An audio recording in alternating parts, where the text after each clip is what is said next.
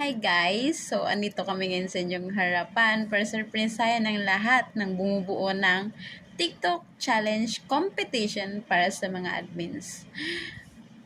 Without help of my co-admins and of course to the judges and to my baby Hikari, thank you so much kasi lahat to napagtagumpayan natin sa mga TikTok Challenger, sa mga twist nila. Sorry guys, talagang sinadya ko yun to make this competition so unforgettable and talagang successful kasi very good girl and good boy kayong lahat. Thank you so much kasi nakipag-cooperate kayo sa akin. Pasensya na kayo kay Bunso ha. Lahat ng twist na to, kababalaghan ko, utak ko, kaya baka pagtapos ng event na to, ipapatanggal nyo na ako as coordinator. Thank you so much guys for giving me a chance to prove myself that I am one of the good leaders.